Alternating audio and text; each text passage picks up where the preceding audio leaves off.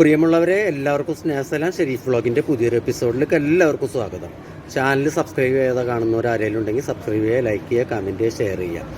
നമ്മൾ ഇന്ന് വന്നിട്ടുള്ള വിഷയം കഞ്ചാവ്, മയക്കമരുന്ന് ഇതൊക്കെയാണ്. കേരളത്തിൽ നമ്മളറിയാതെ പോകുന്ന ഒരു കാര്യമാണ്. ഏറെക്കുറെ എല്ലാ ഏരിയകളിലും ഈ കഞ്ചാവിൻ്റെ ഉപയോഗം അധികമാകുന്നുണ്ട്. ഒരേ വീട്ടിലും അമ്മമാരൊക്കെ പറഞ്ഞ 8ാം ക്ലാസ്സിൽ തുടങ്ങിയിട്ട് മകനത് ഉപയോഗിച്ചിറങ്ങി 22 വയസ്സായി. അന്നൊന്നും അവരതിനെക്കുറിച്ച് സംസാരിക്കുകയോ ഡി അഡിക്ഷൻ സെൻറ്ററിൽ കൊണ്ടുപോകാൻ ശ്രമിക്കുകയോ ചെയ്തില്ല. ഇന്ന് അവർക്ക് ബുദ്ധിമുട്ടായി. വീട്ടിൽ പ്രായമായ പെൺകുട്ടികളായി. അപ്പോൾ പലതരത്തിലുള്ള ഉപദ്രവങ്ങളായി. രാത്രി കാലങ്ങളിൽ മക്കൾ വീട്ടിലേക്ക് വരുമ്പോൾ ഉമ്മമാർക്ക് ധൈര്യത്തിൽ എന്ന് വാതിലെടുക്കാൻ പറ്റാത്ത കണ്ടീഷനായി.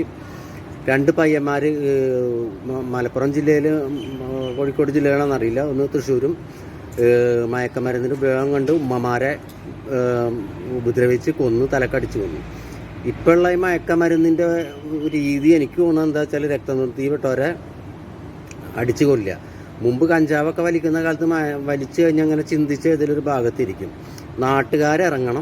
നാട്ടുകാരിറങ്ങില്ല എന്നുണ്ടെങ്കിൽ അപകടമാണ്. നമ്മുടെ മൂക്കിന് താഴെ വന്ന് ബോംബ് പൊട്ടും മാത്രം കണ്ണു തുറന്നാൽ പോരാ. നമ്മൾ ഈ ഗ്രൂപ്പുകൾ വഴി ഈ ഇത്തരത്തിലുള്ള മെസ്സേജ് പാസ് ചെയ്യണം. എവിടെ കണ്ടാലും ഉപയോഗിക്കുന്നവരെയും വിൽക്കുന്നവരെയും കണ്ടു കഴിഞ്ഞാൽ ക്രൂരമായ ശിക്ഷാ നടപടികൾ. അതിനുശേഷം പോലീസിനെ ഏൽപ്പിക്കുക. അടിച്ച് എന്നിട്ട് മഷിയാക്കി കളയുക. അതിനുശേഷം പോലീസിനെ കൊണ്ടുപോയി ഏൽപ്പിക്കുക. അല്ലെങ്കിൽ നമ്മളെ ബാധിക്കുന്ന വിഷയമല്ല എന്ന് കരുതി ഇരുന്ന് കഴിഞ്ഞാൽ നാളെ നമ്മുടെ കുടുംബത്തും ഇതുണ്ടാകും. കാരണം ഇത് കോമൺ ആയിട്ട് പണ്ടൊക്കെ സിഗരറ്റും പിടിയും വലിക്കുന്ന പോലെ മയക്കമരുന്നുള്ളത്. ഇല്ലെങ്കിൽ അതൊരു മോശം ആയി എന്നൊരു തോന്നൽ കുട്ടികളിൽ വളർത്തിയെടുക്കത്തക്ക രീതിയിലുള്ള മാഫിയകൾ ഇവിടെ ഇറങ്ങിക്കഴിഞ്ഞു. അപ്പോൾ അതുകൊണ്ട് ഓരോരുത്തരും ഈ മെസ്സേജ് ശ്രദ്ധയിലെടുക്കുക, മാക്സിമം ഇത് ഷെയർ ചെയ്യുക. ഞാനൊരു വീഡിയോ കാണിച്ചു തരാം കേട്ടോ.